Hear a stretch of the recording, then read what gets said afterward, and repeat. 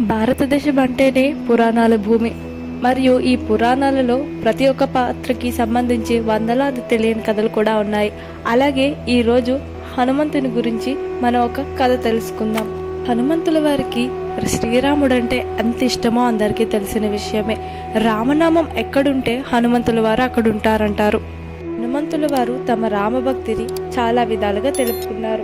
అలా తెలుపుకున్న వాటిలోనే ఒక చిన్న కథ ఇప్పుడు మనం తెలుసుకుందాం. మనమంతా హనుమంతుని సింధూర వర్ణపు విగ్రహం చూసే ఉంటాం. ఎక్కువగా హనుమంతుని విగ్రహం ఆకుపచ్చ కానీ సింధూరపు వర్ణంలో కానీ ఉంటుంది. ఆకుపచ్చగా ఉన్నది అతని సహజం అయితే సింధూర వర్ణానికి మాత్రం ఒక కథ ఉంది.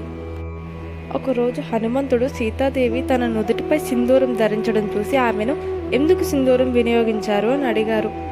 ఆమె రామునిపై తనకున్న ప్రేమకు గౌరవానికి సూచకంగా రాస్తున్నట్లు వివరించారు. రామునిపై తన భక్తిని నిరూపించడానికి హనుమంతుడు తన శరీరం మొత్తాన్ని సింధూరంతో కప్పుకున్నారు. ఇది తెలుసుకున్న తర్వాత రాముడు హనుమంతునికి ఒక వరం ఇచ్చారు. భవిష్యత్తులో తనను ఆరాధించే వాళ్ళను కొలిచే వాళ్ళను వారి వ్యక్తిగత ఇబ్బందులు అలాగే వాళ్ళ కష్టాలు లేకుండా నెమ్మదిగా తగ్గుముఖం పట్టి సుఖ సంతోషాలతో ఉంటారని హనుమంతుల వారికి వరమిచ్చారు.